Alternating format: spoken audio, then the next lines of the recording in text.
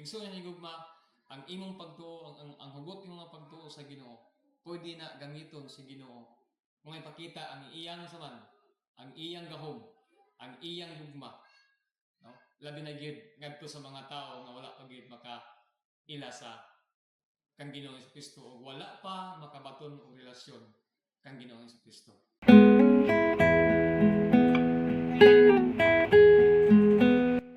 Maayong buntag kanatong tanan. Have a blessed Sunday. Kanatong igsoon. Salamat sa Ginoo sa kagayunan nga simba nato siya ngayong adlaw ng adlaw sa semana saka adlaw panahon sa di atong bigahin sa pagnagiusa diha sa pagdayeg simba sa Ginoo mga kanakana sa mga lokal nga iglesia. O salamat sa Ginoo pinaagi niini nga programa ang maayong balita ang pulong sa Ginoo may paabot sa kahanginan pinaagi niini Bible Gospel Hour. So, salamat sa Ginoo nga nagpanayon kini pinaagi siyang grasya o kaluoy o siyang padayon nga pagpanalangin. Now nini nga buntag atong tun-an ang libro sa Lucas kapitulo 7, no? O pagabasahon ako kini, no? Lucas kapitulo 7 bersikulo 1. Kuman siya nakasulti niini kanang mga pulong diha sa pangdungog sa mga tao, misulod siya sa Capernaum. Ug dito usa ka kapitan sa kasundaluhan nga may kinalangga nga sulugoon nga nasakit o himatyon. Sa pagkanungog niya mahitungod kang Hesus, siya nagsugo ngadto kaniya og mga kadagkuan sa mga Hudiyo sa paghangyo kaniya sa pag-adto o pag-ayo sa iyang sulugoon. Sa pag-abot nila ngadto kang Hesus, siya nagpakiluoy kaniya pag-ayo nga nag-ingon, angayan siya nga buhatan nimo niini, kay siya nahigugma sa atong nasod ug siya nagtukod sa atong sinaguga. Og si Hesus mikuyog kanila sa diyang dili na sila layo gikan sa balay. Ang kapitan nagsugo og mga higala ngadto sa kaniya sa pag-ingon, Ginoo, ayaw na lamang hasula ang imong kaugalingon kay ako dili angayan sa pagpadayon kanimo ilalom sa akong atok. Mauman gani nga wala ako mangahas sa pag-adto kanimo apan isulti lamang ang pulong ug himua nga mamaayo ang akong sulugoon. Kay ako usa ka tawo nga ubos sa pagmando sa uban ug nga may mga sundalo nga ubos sa akong pagmando. Og kun moingon ako ngadto sa usa, lakaw, siya mo lakaw, ug ngadto sa lain, duol nga ri, siya mo duol, ug ngadto sa akong sulugon, buhata kini, siya mo buhat niini. Sa pagkadungog niya niini, si Jesus nahibulong kaniya, milingi ug miingon ngadto sa pundok sa katawan nga mikuyog kaniya. Sultihan ko kamo, bisan gani sa Israel, wala pa ako nakitang pagsalig nga sama niini. Og sa diha nga ang mga sinugo na uli na sa balay, ilang nakita ang sulugoon nga maayo na. Amahan nga langitnon, salamat Ginoo nini laka sa kabuntagon. Salamat Ginoo sa imong grasya ug sa imong kaluoy. Sa padayon nimo nga pag-sustain sa mga kinabuhi. Salamat Ginoo nga pinaagi Ginoo niini nga live stream media Ginoong Dios sa Bible Gospel Hour, mapakailap Ginoo imong pulong. Kung may paabot Ginoo ang mayong balita Ginoo, Ginoong Kristo sa kahanginan. Nagampo ko Lord nga ikaw Ginoo padayon nga panalangin niini Ginoo nga online preaching Ginoong Diyos sa imong pulong. Lord, i-bless ang mga Kristohanon o usab ang mati Ginoo niini tanaw Ginoo niini nga live amahan ka mga bless kaniya unta Lord kaalam ang ngitnon sa pagsaysay Ginoo sa imong pulong. Ubani kami amahan lagi sa ngalan ni Jesus ang Ginoo man luwas. Amen. Okay. So, adunay daghan bahin o mga panghitabo nga nasulat diri sa kapitulo 7, no, sa Lucas. Kini nga panghitabo mahitungod kini sa pag-ayo ni Jesus Christ, no, sa usa ka sulugoon sa usa ka kapitan sa Roma, no, sa kasundaluhan nga kining gitawag himalatyon, no. So makita nato diri ingon sa verse 1, human siya makasulti ni ining tanang mga pulong diha sa pagdungog sa mga tao, misulod siya sa Capernaum. Before pa kini nahitabo nga incident o kini nga pag-ayo ni Jesus sa tao nga masakiton nga usa ka sulugoon sa kapitan sa mga kasundaluhan, sa wala pa kini niya mahimo na nahitabo diri, no? Ayun dia human siya makasulti unsa man yung pulong ang gisulti ni Jesus Christ. Naa day nahitabo before pa kini nga panghitabo. Unang-una, nagsulti si Jesus Christ may tungod sa duha ka magtutokod. Unang ningon di ayat sa verse 7 at chapter 7, human siya makasulti niini tanang mga pulong diha sa pagdungog sa mga tao, misulod siya sa Capernaum. Ug didto sa kapitan sa kasundaluhan nga may pinalangga nga sulugoon nga nasakit og himatyon. Okay? So makita nato diri nga nahitabo diri nga usa ka sulugoon sa usa ka sundalo nga himatyon. So nahitabo karon yung sa verse 3, sa pagkadungog niya mahitungod kang Hesus, siya nagsugod ngadto kaniya og mga kadagkuan sa mga Hudiyo sa paghangyo kaniya sa pag-adto ug pag-ayo sa iyang sulugoon. So makita nato diha nga sa pagkadungog niya nga si Jesus Christ naa na niadto sa Capernaum sa ilang nga lugar, diha dayon nagpasugo siya og sulugoon niya nga makaadto kang Ginoong Jesucristo aron masultihan sa iyang tuyo, no? Kung unsa ang iyang tuyo diha sa Ginoo, kining tawo nga pangulo sa mga kasundaluhan, no? Siya nagsugong adto kaniya og mga kadagkuan sa mga Hudiyo sa paghangyo kaniya sa pag-adto o pag-ayo sa iyang sulugoon. So unsay purpose, unsay tumong niini nga tawo, niini nga kapitan sa sundalo nganong nagpasugo siya mga sulugoon ngadto kang Hesus aron nga unsa man, aron nga ang iyang sulugoon nga nagsakit nga duol na sa pagkamatay ayuhon ni Ginoong Hesus Kristo, no? So makita nato din nga igsoon ba nga kung atong ibutang usab sa usa ka agalon ug usa ka ka-servant, makita nato diri nga kini nga agalon naay dako kayo nga pagbati, dako kayo nga gugma niini nga sulugoon. So mo ni ang usa ka maayo nga karakter sa agalon nga adunay kini gitawag pagbati, adunay gugma sa iyang sulugoon. Dili sama makita nato sa uban karon, no, nga mga agalon ilan ang maltrato ang ilang mga sulugoon, tungod kay sulugoon lang. Apan kini nga tawo, kini nga kapitan sa mga sundaluhan, makita nato diri ang iyang gugma, no? Unsa may rason nga nung gusto gid niya nga maayo ang kining iyang sulugoon. Ingon sa verse 5, kay siya nahigugma sa verse 4, sa pag-abot nila ngadto kang Hesus, sila nagpakiluoy kaniya pag-ayo nga nag-ingon, angayan siya nga buhatan ningon niini, kay siya nahigugma sa atong nasod ug siya nagtukod sa atong sinagoga. So makita ato diri nga igsoon nga ang kini nga tawo nagpadala siya og mga sulugoon aron nga masultihan si Jesus Christ nga moadto sa iyang panimalay aron nga ayuhon niya ang kining gitawag sulugoon nga nagmasakiton, no? Mo ni nagpasugo ang iyang katong pangulo sa mga kasundaluhan. So makita nato din mga igsoon sa verse 6 nga og si Jesus mikuyog kanila sa dihang dili na siya layo gikan sa balay, ang kapitan nagsugo og mga higala ngadto kaniya sa pag-ingon, Ginoo, ayaw na lamang hasula ang imong kaugalingon kay ako dili angayan sa pagpadayon kanimo ilalom sa akong ato. Mauman gani nga wala ako mangahas sa pag-adto kanimo, apan isulti lamang ang pulong ug himua nga maayo ang akong sulugoon. Grabe, no? Makita nato yung mga igsoon ba? Nga sa dihang niuban si Jesus ni ining mga sulugoon, dool na siya sa balay sa katong tawo nga kapitan sa mga kasundaluhan.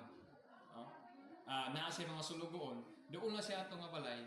Nagpasugo katong tawo nga dili na lang mulahos musulod sa balay si Jesus, sa iyang balay si Jesus, kay ang iya na lang ingon diha, ingon sa verse 7, mauman ingon diha verse 6, og si Jesus mikuyog kanila sa dihang dili na siya layo gikan sa balay, ang kapitan nagsugo nga og mga higala ngadto kaniya sa pag-ingon, Ginoo, ayaw na lamang hasula ang imong kaugalingon kay ako dili angayan sa pagpadayon kanimo ilalom sa akong atok. Mauman gani nga wala ako mangahas sa pag-adto kanimo, apan isulti lamang ang pulong ug himua nga maayo ang akong sulugon. Makita nato diri mga igsoon mga kini nga tao, kining sundalo, kining kapitan, mga sundaluhan, kining tawag kapitan nga adunay sulugoon nga masakiton, kita nato diri ang iyang humility ba pagka mapainumsanon, no?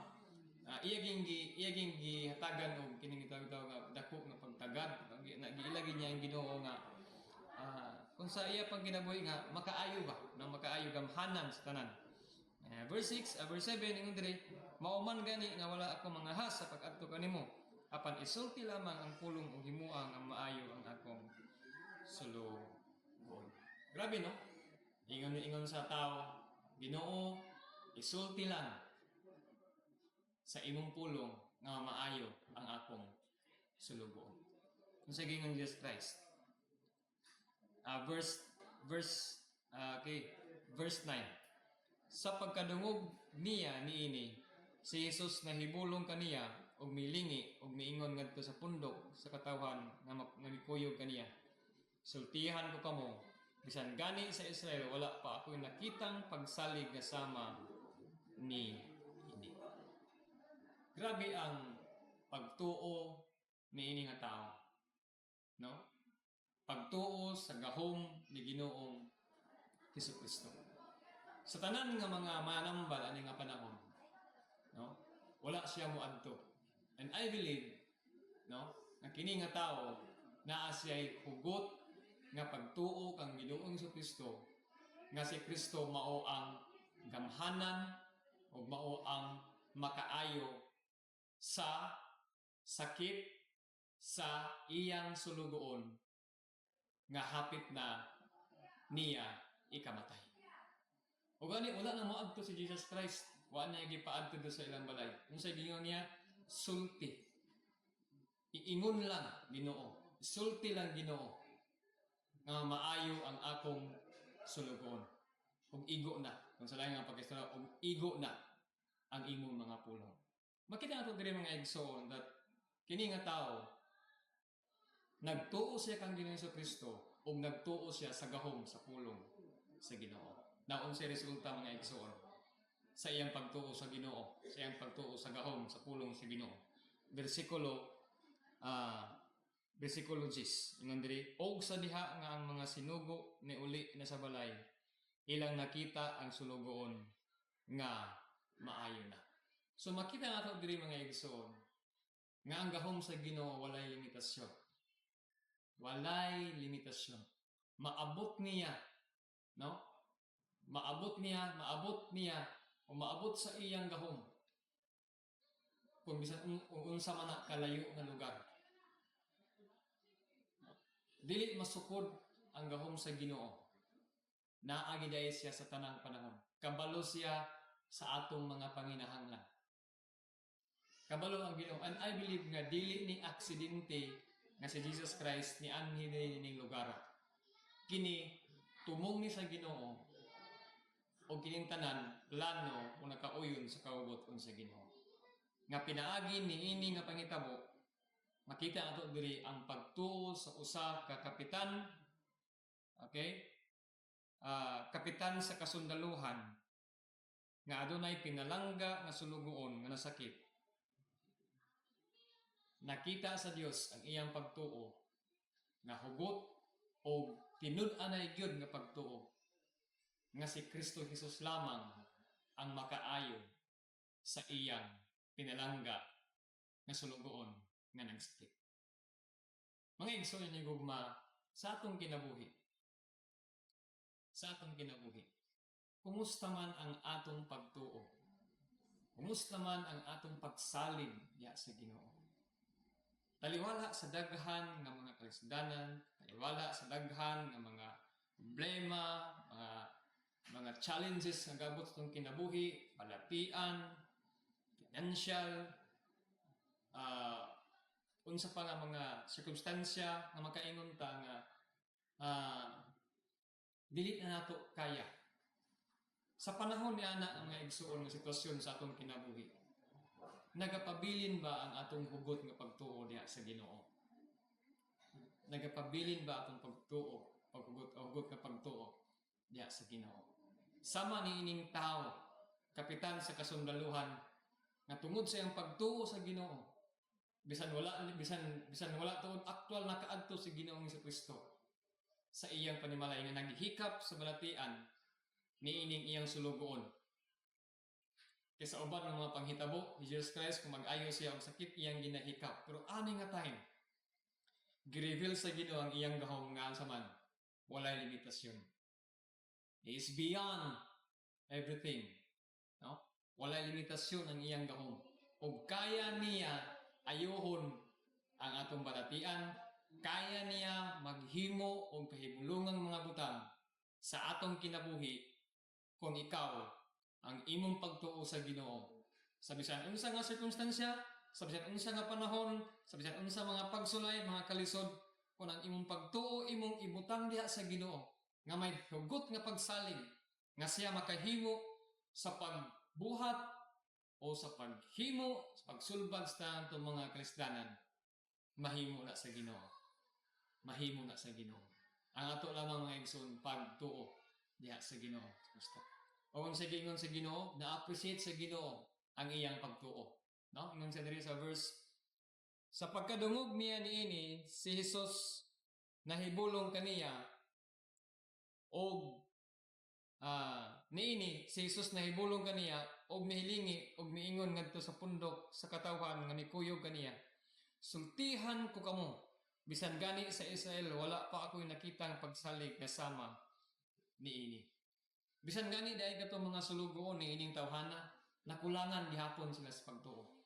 No? Pero kini nga tao na-appreciate ni Jesus Christ ang iyang pagtuo. Kaya bisan tuod niini nga sitwasyon, no? Niini nga sitwasyon sa iyang pinalangga nga higala. Masubok ba yata? Kung natin mga higala nga close nga higala nga naa nang hinahanglan o naa sa mga balatian, masubok ta, no? So makita nato diri ang pagbati sa usa ka higala ba, no? Pagbati sa usa ka higala nga adunay gugma, no, ug kahangawa sa iyang higala nga igsoon, no? So gibiyayan ni Jesus Christ ang iyang gahom, okay, o gisaligan niini nga tao ang gahom sa Ginoo. So ang pagtuo mo importante diri sa atong kinabuhi. Labaw sa tanan mga igsoon ni gugma. Walay laing makita nato nga nakaluwas sa balatian, nakaayo sa balatian niining tawhana mao ang pagtuo ni adtong tawo nga iyang higala. Sama sa nahitabo ni adtong upat ka tawo nga ilang gilayuman ang iyang higala nga mahiduol dito kang Hesus, no? Ug sila ang gigamit sa Ginoo nga ang gahom sa Dios maipadayag ngadto sa mga katawhan pinaagi sa paggamit sa Ginoo kanila o pinaagi sa ilang pagtuo. Igsoon ni gugma ang imong pagtuo ang hugot ng mga pagtuo sa Ginoo pwede na gamiton sa Ginoo kung ipakita ang iyang saman, ang iyang gahom, ang iyang gugma, no? Labi na gid ngadto sa mga tao nga wala pa gid makaila sa kang Ginoong Kristo o wala pa makabaton og relasyon kang Ginoong Kristo. Sa Ginoong Kristo arang siya makaayo sa pisikal nga mga balatian. Og labaw sa tanan arang pod siya makaayo og makaluwas sa kining gitawag espirituhanon nga balatian. Unsa man kining espirituhanon nga balatian? Mao kining igsoon ang atong sala. Ang atong sala mao ay nakapahimulag tali kanato og sa Dios. Og tungod niya nang sala naa kitay balatian ug tungod niya nang sala ang bayad niya na mao ang linaw nga kalayo. Makita nato ang Biblia nga ang tanan nakasala ug nakamsan sa himaya sa Dios. Og iniingon ang Biblia nga ang bayad sa sala mao ang kamatayon. Apan ang gasa mao nga gihatag nga mao si Ginoong Kristo nagahatag sa kinabuhing walay katapusan. Mga igsoon ning gugma kun namati ka karon nga wala pa ka makaila, wala pa kay relasyon sa Ginoo. Pinaagi nini nga pulong, pinaagi niini nga panghitabo. Makita nato diri nga gusto sa Dios karon nga ibutang nimo ang imong pagtuo diha kaniya, no? Saligan nimo siya sa imong kinabuhi. Kung wala pa ka naluwas, saligan nimo siya, no? Dawaton nimo siya nga siya ang imong manluluwas sa imong kinabuhi. Ang kuna nga ikaw makasasala, kay ang tanan makasasala, walay maayo ka natong tanan dining kalibutan. Kitang tanan makasasala ug wala gid untay paglaom sa atong kinabuhi. Apan salamat sa Ginoo nga tungod sa iyang gugma nga ri kanato, tungod sa iyang kaluoy nga ni kanato, gisakripisyo niya iyang kinabuhi dito sa Kalbaryo sa cross, magpaagas sa iyang dugo aron nga maluwas kita o mahinluan kita sa sala. Kung kita motuo o mudawat ni adtong Ginoo Hesus Kristo nga gilansang sa cross. Mudawat means i-declare nato sa atong kinabuhi that Jesus Christ alone can save our soul from eternal death. So makita nato din mga igsoon, no? Nga kini nga panghitabo wala gyoy imposible para sa Ginoo. O siguro makaingon ka nga imposible kaayo nga hawason ko sa Ginoo sa kalisod. Dili ka na siya imposible kung ikaw adunay pagsalin. Ginoo, gusto, kining tawag, parang paglaon kay daotan kay kung nga tao, di mo kumaluwas, impyerno man ko. No! Mismo gani ang katong duha katulisan. No? Ang isa, nituo ang Jesus Christ, ang isa wala. Ningon ba si Jesus Christ, nga di ko nimo, di ka maluwas, di ka ubanon, kidaotan ka. Wala. Dili, tungod sa pagtuo niya itong tulisan, ningon ang Ginoo, karon-karon dayon, uban ka kanako sa paraiso. So makita ato diri nga si Jesus Christ andam siya nga mudawat, andam siya nga pasaylo ug andam siya sa pagluwas niadtong mga tao nga muduol kaniya, maghinulsol, mag-angkon nga siya nakasasala ug muduol, mudawat ban sa pagtuo kang Ginoong sa Kristo nga iyang Dios sa manluluwas ug makabaton siya kinabuhing walay katapusan, no? O makita ato diha nga ang Dios makaluwas o makaangkon kita diha sa pagtuo kang Ginoong Hesus Kristo sa abundansya nga kinabuhi o kining gitawag kinabuhi nga malipayon, kinabuhing malinawon o kinabuhi nga unsa man nga nagapadayon sa pagpangalagad diha sa Ginoo, no? So pagtuo ang ato makita diri, pagtuo sa usa ka tawo mo'y hinungdan nga naayo ang iyang balatian. Balatian sa sulugoon, sa iyang sulugoon. Giayo sa Dios tungod sa iya. Igsoon nga nigugma, pwede ka gamiton sa Ginoo. No? Kung aduna lang kay pagtuo, pwede ka gamiton sa Ginoo, himuon kang instrumento sa Ginoo nga ang iyang gahom, ang iyang pagka-Dios may pakita nimo ngadto sa mga tao nga wala pa makaila kaniya. Okay? Nga wala pa makaila kaniya. Walay lain gamiton ang Ginoo sa pagwalis ng balita, sa pag-share sa iyang pulong, sa pagsangyaw sa kaluwasan, kundi kita nga mga Kristohanon, kita nga mga linuwas. No? So makita ato dire mga igsoon ni ugma kung unsa kagamhanan ang Dios, unsa ka walay limitasyon ang gahom sa Dios. Nahimo kini nga milagro tungod pod sa pagtuo niining sundalo. Tungod sa iyang pagtuo. No? Without faith, it is impossible to please God. Kaya kung aduna kay pagtuo, no? Muduol di ka sa Ginoo nga siya gyud that He is, diba? Siya gyud. No? Og nahimot ang Ginoo niining kinabuhi niining sundalo. Na-appreciate niya, no? So muna balik ko na ko, without faith, it is impossible to please God. Igsoon hinigugma, pagtuo. Pagtuo ang pinaka-importante nga butang nga dapat nato ikinabuhi o dapat nato barugan o dapat nato himuon sa atong kinabuhi. Pagtuo diha kang Ginoong Jesucristo nga siya lamang gayon, no, ang makahimo sa tanang mga butang. Sinaot nga niningatak na nagis pulong sa Ginoo unta nga kinabuhi kita sa pagtuo o dili pinaagi sa atong nakita. Dalay ko naman gumaon nga Diyos, salamat Ginoo sa imong pulong. Salamat Amahan sa kahigayunan. Ug salamat Ginoo sa mga kamatuoran ang mga dawat, ang mga dunggan Ginoong Diyos. Lord, salamat sa imong gahom nga wala Ginoo kinutuban nga ma-reach nimo Ginoong Diyos bisan unsa man kalayo Ginoo ang usa ka tawo kung siya Ginoong Dios adunay pagtuo Ginoo salig kanimo. Lord, tabangi kami nga mga Kristohanon nga Gamito nimo Ginoo. Willing kami nga magpagamit para Ginoo maipakailap, maipahayag, maipaabot Ginoo ang imong pulong ngadto sa mga tao Ginoong Dios nga wala pa makaila kanimo. Lord, salamat ninyo takna. We bless Ginoong Dios ang among panimbahon. Nining tibok adlaw Ginoong Dios. O ikaw Ginoo panalangin mag-glorify sa mga kinabuhi. Inang gyampo tugyan pasalamatan pinagi sa ngalan ni Jesus. Amen.